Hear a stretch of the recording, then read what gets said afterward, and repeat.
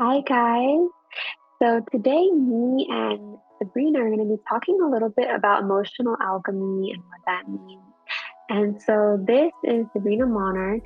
Sabrina is an astrologer, a novelist, a mystic, a romantic, and a philosopher who has been courting the invisible. Some of her main collaborators in all of her work and life are little sparks of light she sees that look like stars that flash in place or hover in the room, on the page, in her inner vision, on people's faces. She has always been following the light. She's a host of the Magic of the Spheres podcast and has a Master's of Arts in Philosophy, Cosmology, and Consciousness from the California Institute of Integral Studies. She has a background in evolutionary astrology and constantly keeps her practice interdisciplinary and evolving. She teaches evolutionary astrology intensives online several times a year, as well as advanced astrology programs. You can connect with her on her Instagram. Go follow her Instagram. It's Sabrina Monarch, like Monarch Butterfly, and subscribe to Magic of the Spheres podcast and visit her website, monarchastrology.com. She also recently published an erotic audio novella called Hungry Ghost of Paradise, and she published it in full to her podcast, Magic of the Spheres. She has garnered enthusiastic acclaim for its audience. So if you want to read something spicy, a spicy novella, go check that out. So yeah, hi Sabrina, how are you doing today? Hey, Anjali, thank you so much for having me. I've been excited to connect with you. Yeah, thank you so much for being here. I've been so excited to connect with you too. I have been a huge fan of your newsletter. Like, go subscribe to her newsletter, guys, because it's so like poetic and romantic, and she just has this very like Piscean energy with her newsletter, and it's really able to just get like it touches your emotions, which to me, not a lot of things that I read touch my emotions. So I just wanted to say that I love your newsletter. Thank you. I love your writing too and the medicine that you transmit. Thank you. Thank you. Yeah, so today we're going to be talking about emotional alchemy. And so, yeah, I'm curious, Sabrina, like, can you tell me a little bit about what emotional alchemy is to you? What does it mean to you?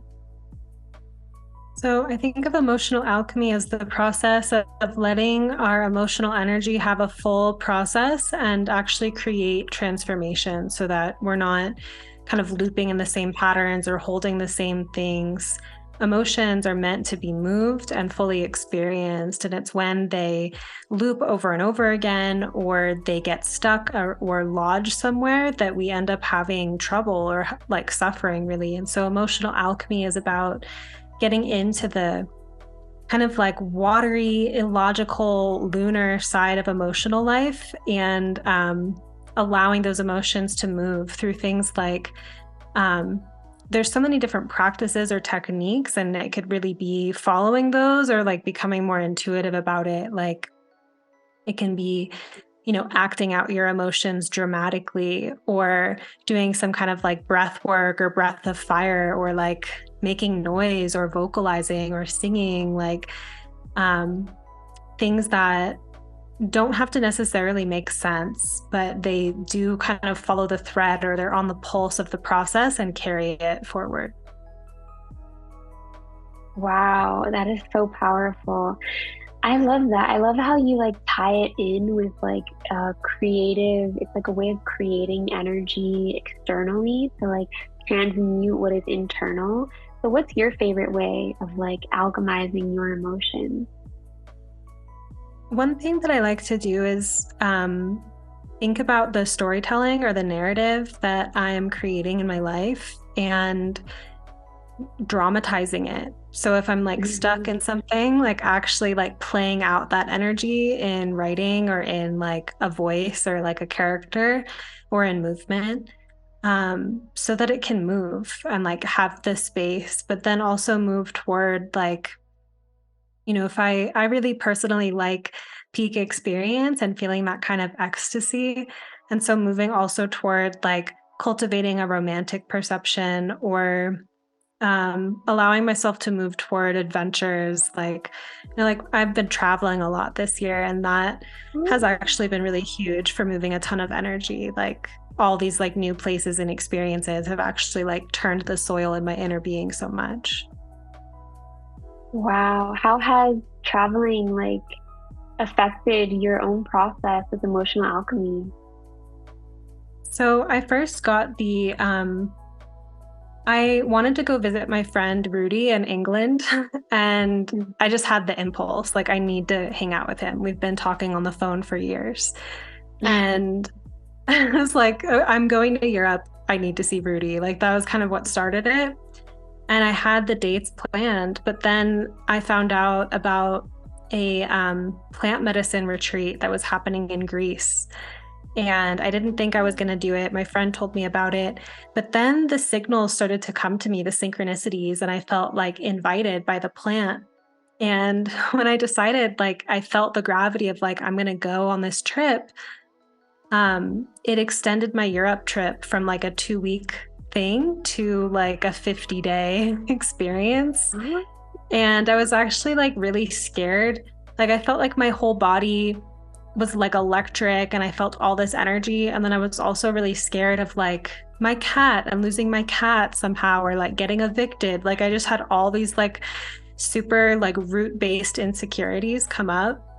And I did a lot of like tapping, EFT, like emotional freedom technique, and literally had to like dance for like 2 hours. Like, I was so like full of energy.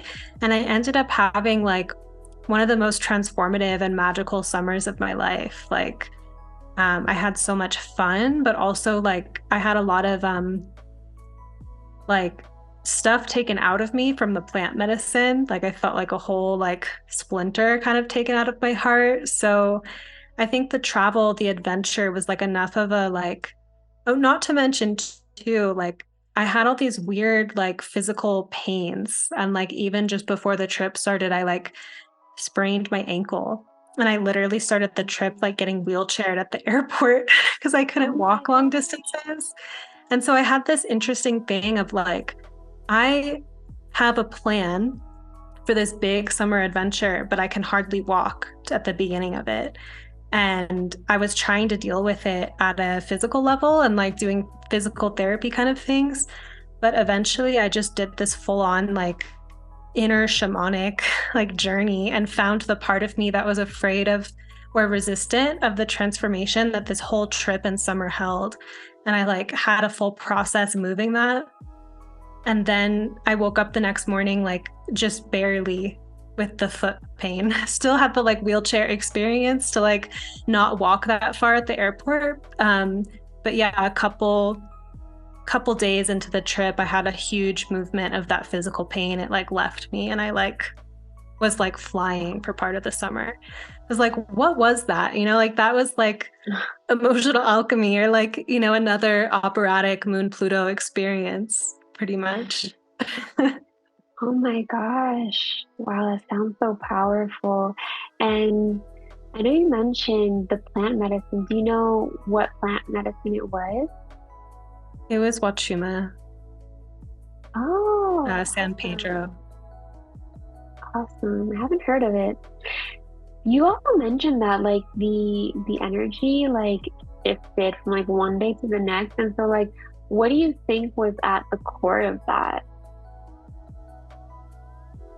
I feel like what was going on with like my little like physical pains that I'd been dealing with for a couple years, like just like back and hip and just stuff that I couldn't really fully figure out.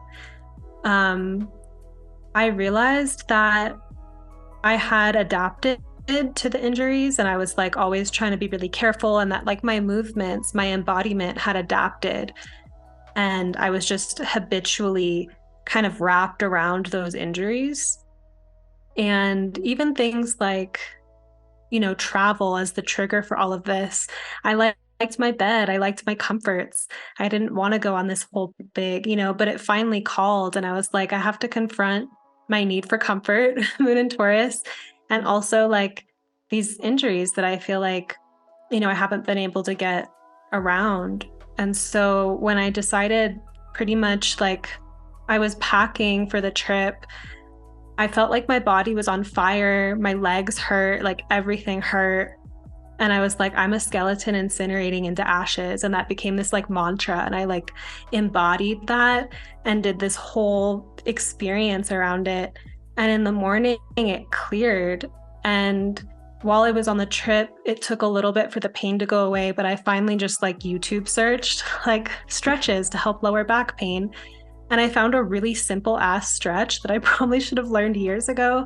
And it's like saved my life. Like, first, a lot of like stuck emotional energy moved. And then I found like a little practical thing that helped. So I've had that happen a lot too, where like faced with some kind of like impossible problem I can't get to the bottom of, I clear a ton of emotional resistance, grief, like whatever it is that's in the way.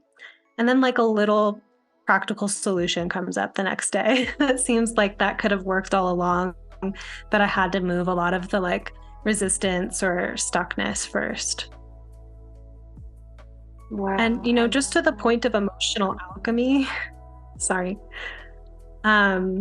These processes, if they don't move and they're just stuck, it's like the quality of life is diminished. Like a lot of these things, like I didn't want to have forever, but there was really kind of like, how do I get the breakthrough of having this stuck, dense energy actually move?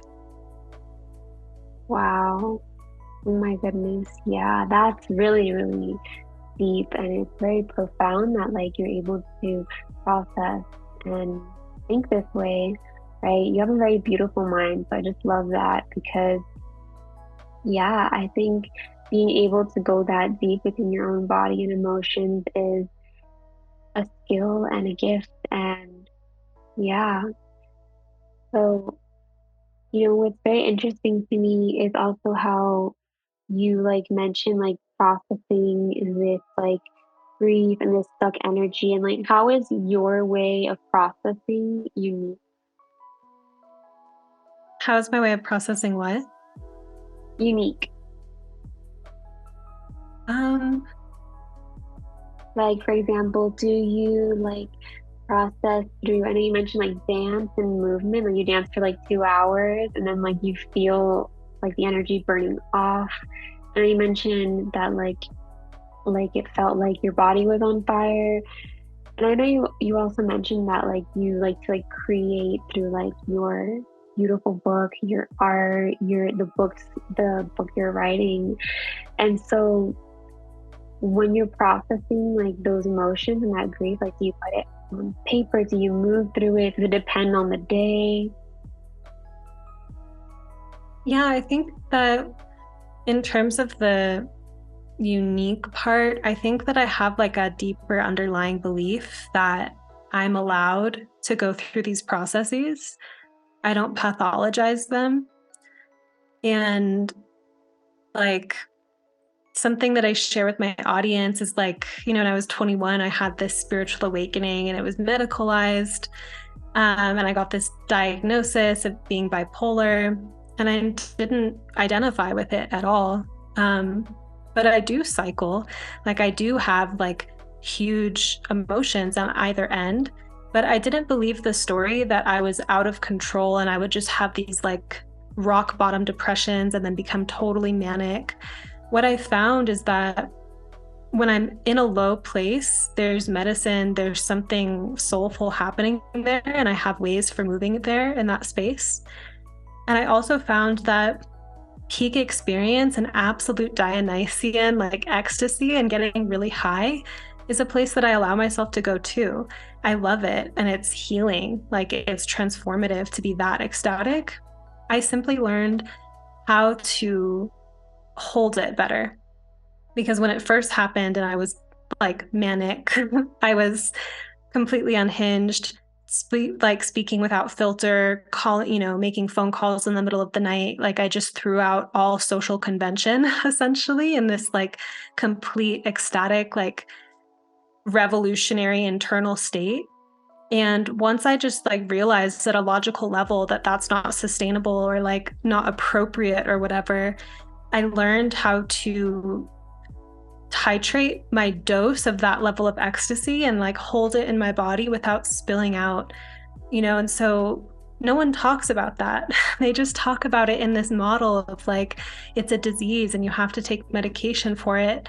But I felt like the ecstasy that I touched in the quote manic state was so medicinal. I didn't understand why it was like off limits. And so I think that the unique part of like my emotional states or like emotional life is just that I feel authority and I feel like I have a right to be in those spaces, but I've learned how to like actually walk them in more sober or more like integratable ways into my life. I love that. I love that you mentioned that. I also was diagnosed with bipolar and at the beginning of my spiritual awakening too. And I did find that when I wasn't like utilizing that energy or like being inappropriate, that I would have those like high highs and then the crash. But then once I realized to more so like integrate that energy into my creative process, I realized that I actually like don't crash anymore. Like I was able to be responsible with the container of my own energy. And so those crashes like went away. But what's interesting is I did notice that, like, I don't know if you noticed this too, but like the low periods for me, they were usually in the past, they were like during Mercury retrograde. And I talked to somebody else who's also diagnosed, and she talked about how Mercury retrogrades were her low periods too. And I don't identify with it either. And I feel like that has helped to not see it as like a disease, more so like as a way of being. And so, yeah, I really enjoy your perspective on that too, because I am studying to be a therapist and I like to have that humanistic, whole person centered perspective where like people aren't just their diagnoses and there's a more complex structure to what's going on in the background, and maybe their brain just functions differently, but I don't necessarily see it as something that is dysfunctional, as they are just a dysfunctional person. And that tends to be controversial, but I do find that like everybody is so unique and so different, and everybody has like these different ways of being, and we just have to learn how to work with these different energies, and we all have those like unique energies. So yeah. Thanks for sharing that. Another thing, it's interesting too to just like find out how many people that are spiritual and magical like have had that experience. And I think there's a real misunderstanding of process that goes into that, because a person having a manic state, like that mania comes from somewhere. Like there's a pattern or there's a buildup to it. And like for me, part of the mania came from like a pendulum swing from too much repression, like too much of my nature, like put down, through how I internalized my life or my life circumstances and like dulled myself. And then when I would come back into contact with like my essence, I would just get so high and like kind of like that spring loaded tension would put me up here. So a lot of my process of becoming a more like balanced or like sober person has been about like being myself increasingly in real time, like not having those long periods of feeling so compressed that what's put down will kind of build up pressure and explode. So learning about those patterns and actually making like constructive life changes did so much to change that. And the medical model was simply saying that it's an uncontrollable brain chemistry process that you have no personal agency over, and I just didn't feel that was true. Yeah, I do feel like it does tend to be like traditional medical models tend to be very disempowering to their clients, and a lot of traditional therapy does tend to be disempowering to the client instead of seeing them like through that holistic lens of like, hey, maybe there's like a unique way and process that this person needs to alchemize their emotions. Maybe there's like stuff going on in the background too, because as you mentioned, like trauma does shape a lot of a person's experiences and processes. And so, yeah, there is definitely a lot to reflect on when it comes to those things. And I do find that what has also personally helped me besides like somatic practices, like I really love like meditation. I love to like just like do certain touch exercises and like just kind of feel where the pain is in my body and speak to it, like giving life to my emotions in those ways. And I've been doing that ever since you mentioned like you were also just like really grounding your energy and sobering up. And I felt that as well, like ever since I've been more grounded and focusing on grounding my energy and avoiding like most substances as well. Like I used to like smoke pot, and I now when I do it I just get super like anxious and paranoid, and it doesn't like work for my history anymore. And so it's just interesting like how we are like these ever evolving beings, and we're like, just constantly changing, and our emotions will guide us towards that pathway. Totally. Yeah. I was just getting this kind of download too about, astrologically at age 21, when a lot of people are so-called like diagnosed with bipolar and like it emerges around that age. People are having a developmental transit of Uranus square Uranus. And so there is like actually kind of like a trauma process that happens at that age. And yeah, that's not something included in like the mainstream model, but it's there. And I think it's a little bit beyond, Uranus is a transpersonal planet. So it's a little bit out there, but having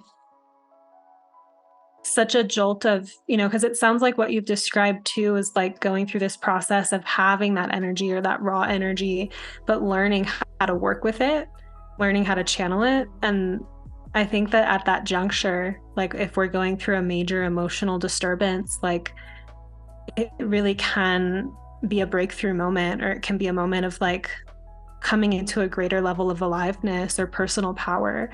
Um, but we need alchemy, like to be able to carry that, because sometimes that amount of energy, if it just goes into our egoic patterns or like our habitual patterns in our body, it's a lot of voltage to go into that.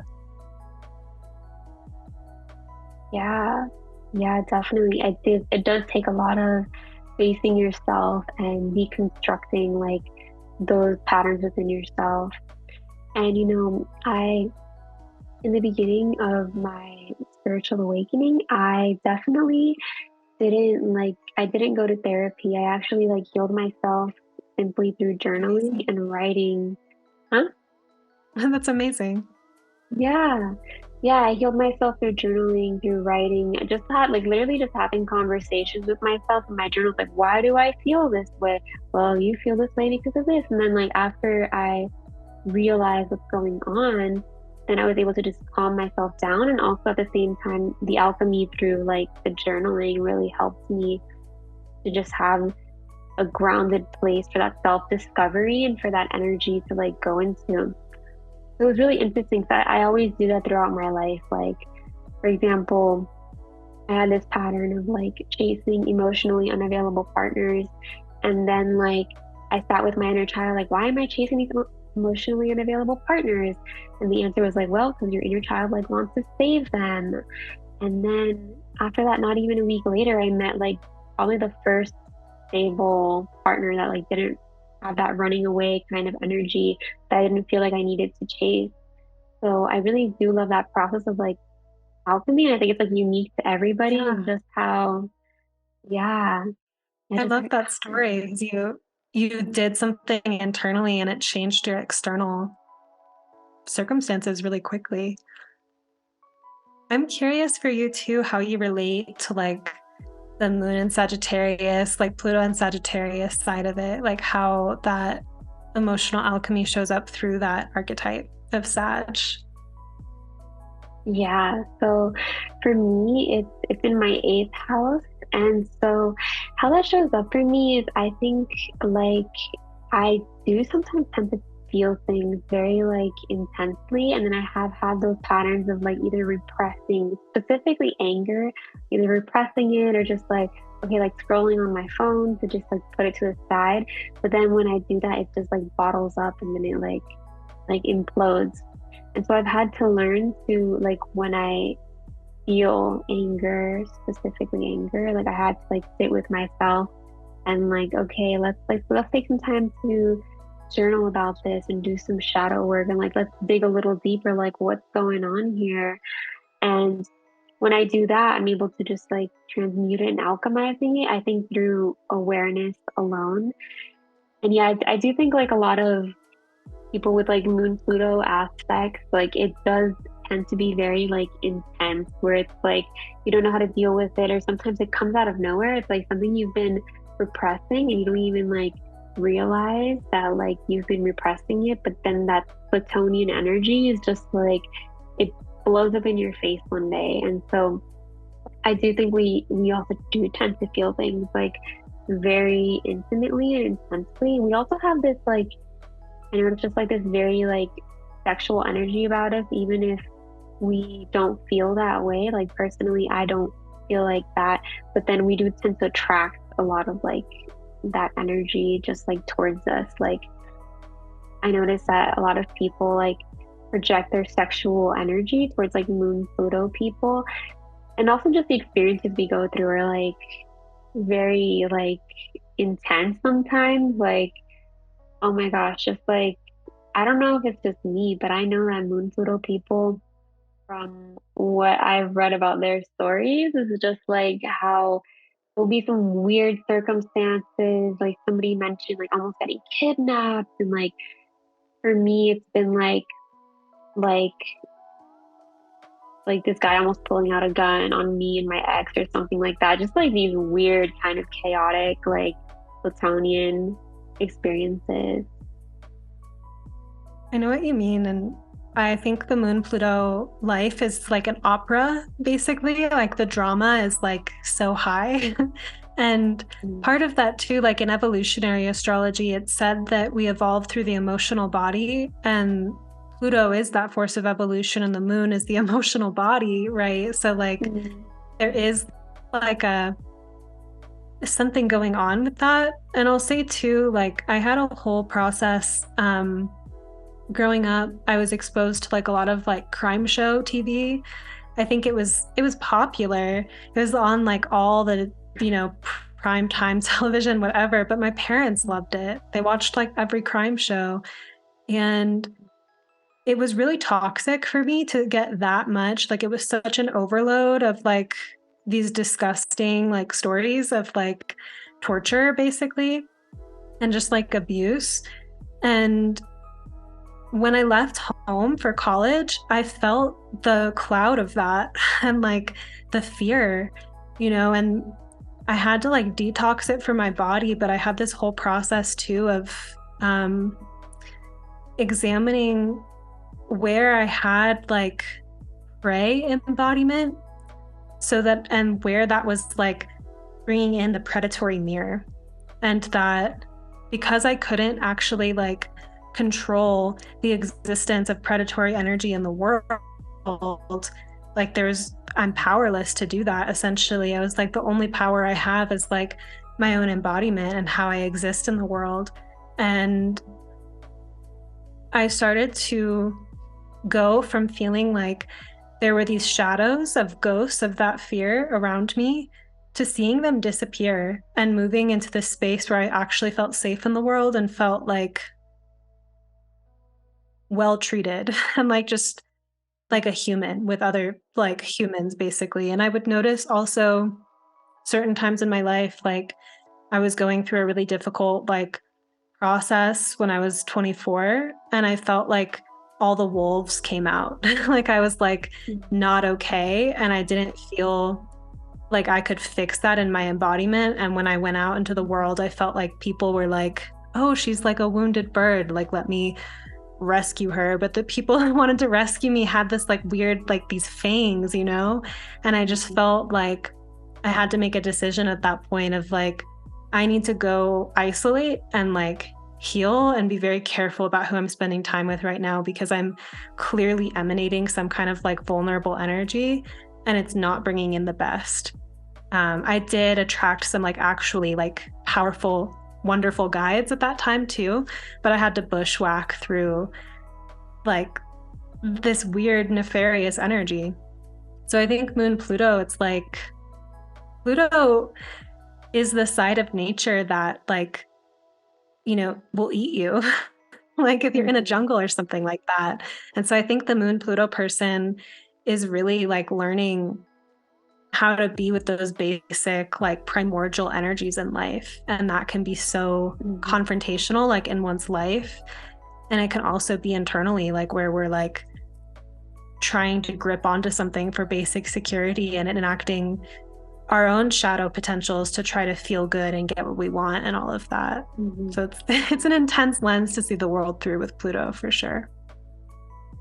Right. It definitely is very animalistic. Like sometimes our like rage or I don't know specifically rage with like moon photo people, but tends to get the best of us. And I also do notice that like specifically like those like weird kind of turbulent energies, like I've also had those experiences where like being like feeling like you're being attacked by wolves and like those weird like turbulent energies I would notice that they would always happen during my cycle. And so when I reached out to a shaman in the past few weeks and I mentioned like this story, and she told me, well, your cycle is like the lowest part. It's like where you're the lowest, like vibrationally. And that makes sense with like the moon and like, the moon Pluto. And so it makes sense like it would happen during like my cycle that these weird chaotic things would like just like try to attach themselves to me. It's like I do find that energy of like one needing to isolate more, going through this experience of like needing to isolate more while when I'm in my cycle.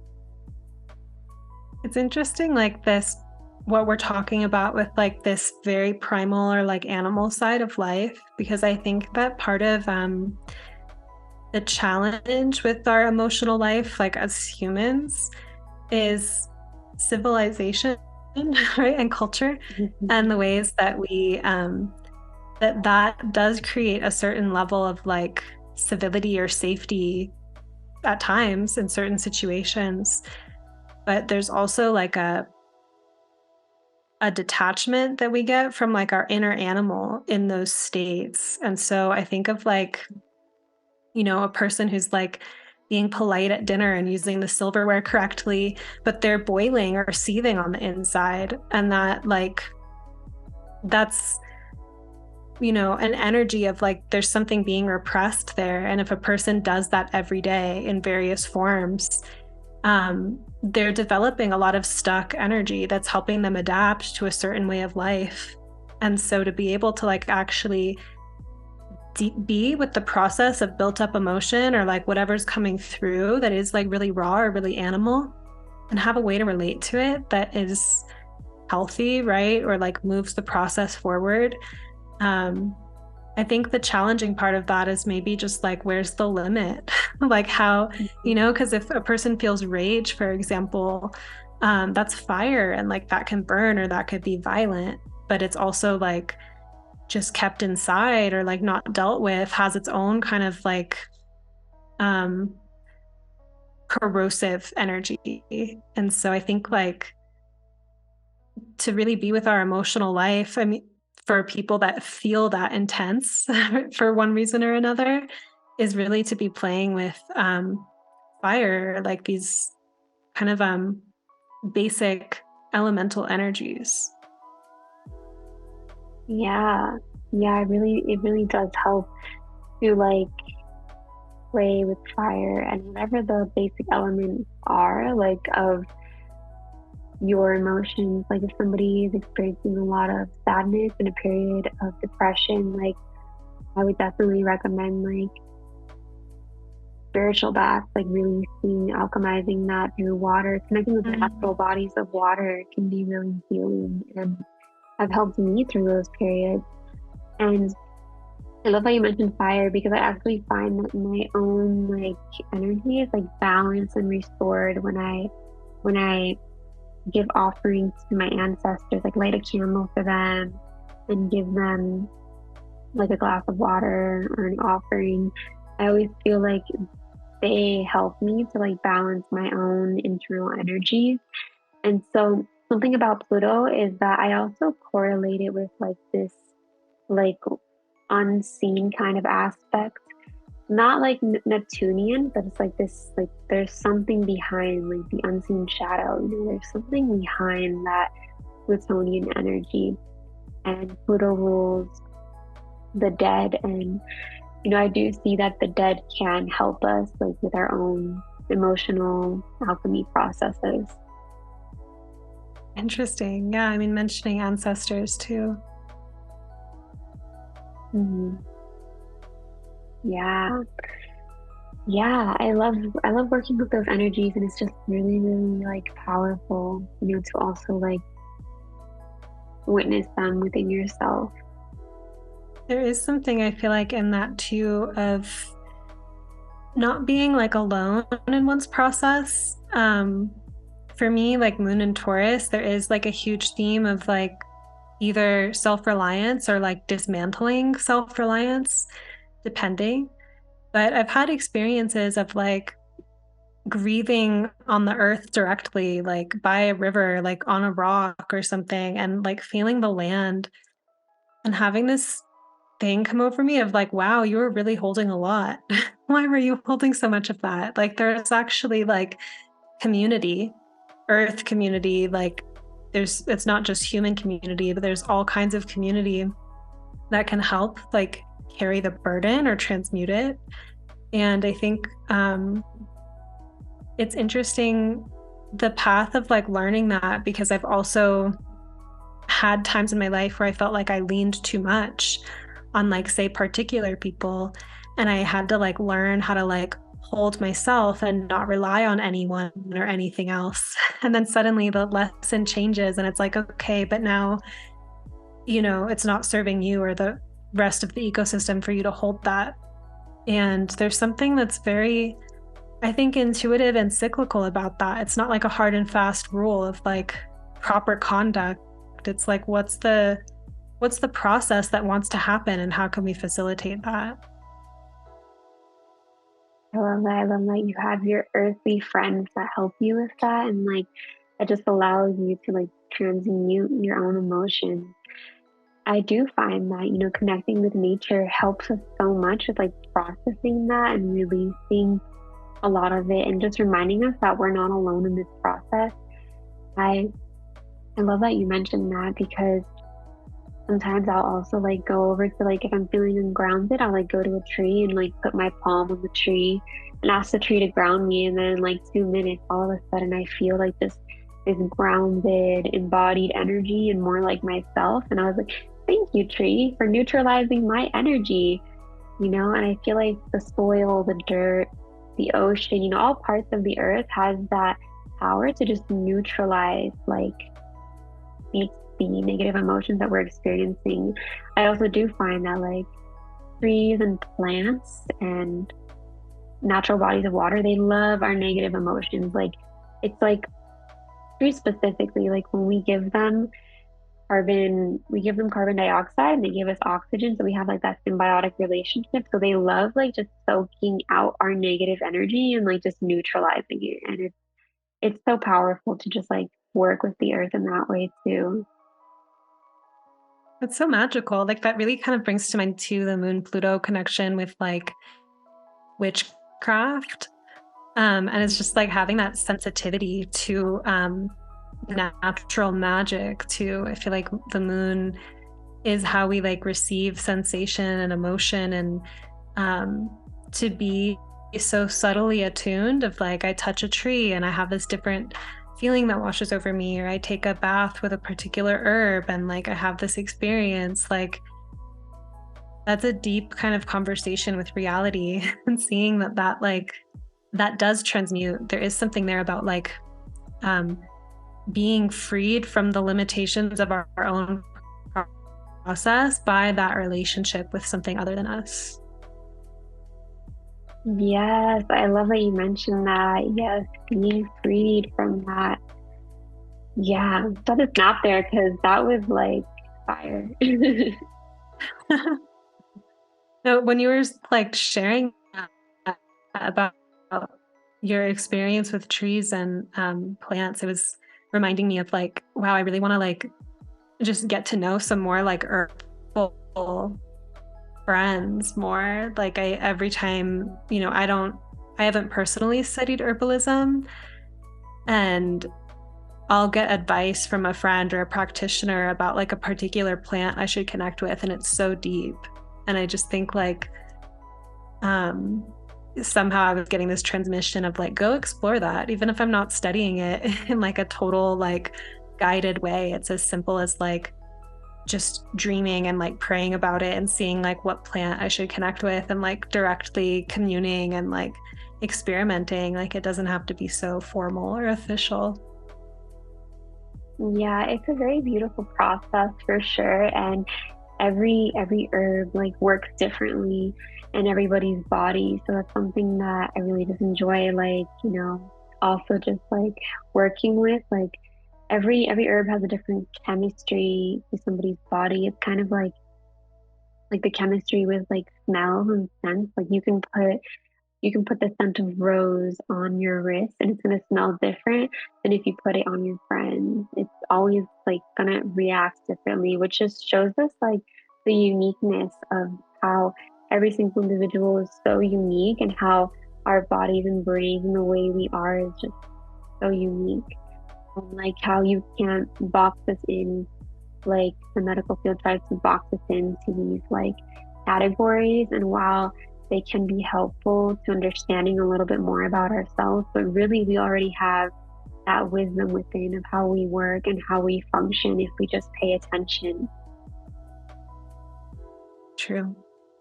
Mhm. Yeah. So how do you think that emotional alchemy relates to astrology? That's a great question. So let's take the example of like how people have like their reactions or their beliefs about particular parts of their natal chart or about transits. And for as long as they are in that state, that's the reality that they're going to help engender. So for a transit, for example, like if a person has a habit of dramatizing the transits as like these terrible things that are happening and like, oh, it's so dramatic and whatnot, it's like there's something in them, whether they haven't had the philosophical awareness yet or they haven't found the part of them that can be like receptive and collaborative and participatory.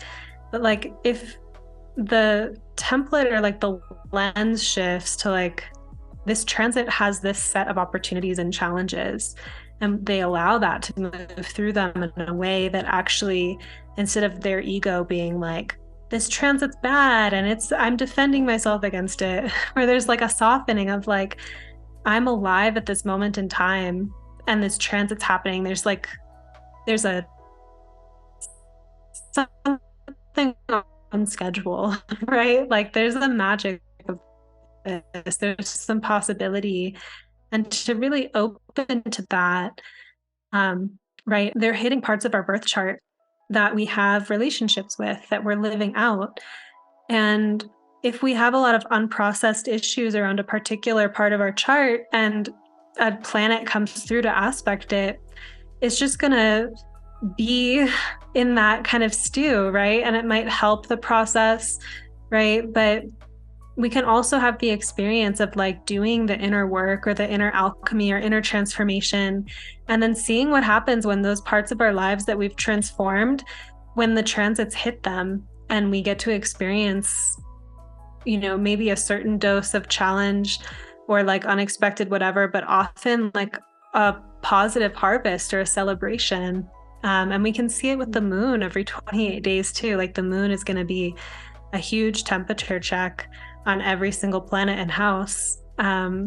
And this isn't to get like obsessive about optimizing our experience 100% of the time, but just realizing that like the transits aren't static like events. They really do interact with the landscape that we already have going on. And so if we have our own skill sets, you know, like you were saying with your conversation with your inner child and how you met someone very shortly after, the possibilities with that are endless. And to think about like one of the ways I really relate to forecasting and transiting, like personal transits, is noticing the fears that I have, the things that I can see might be issues, and then coming up with like medicine for just those things, basically, or imagining the possibilities. But instead of staying with the fear and locking it into, oh, this transit's bad, or like this looks bad, to be like, well, what is that? What process could unfold there? And to play with that. So I think that it's really important to have skills around transformation when it comes to practicing astrology. Yeah, yeah, I love that perspective because challenges can be fun, they can be sexy, and they can force us to grow. And it doesn't always have to be such a heavy force if we come with an open mind and be like, okay, like, what is this teaching me? Or, how can I remediate this? Like, I love looking into like astrological like remediation. It's like, oh, like Saturn's transiting my 12th house, for example, then you know what? What if I started donating clothes to a charity or volunteering at a soup kitchen once a week to embody some of the lessons around there of like like helping the collective unconscious.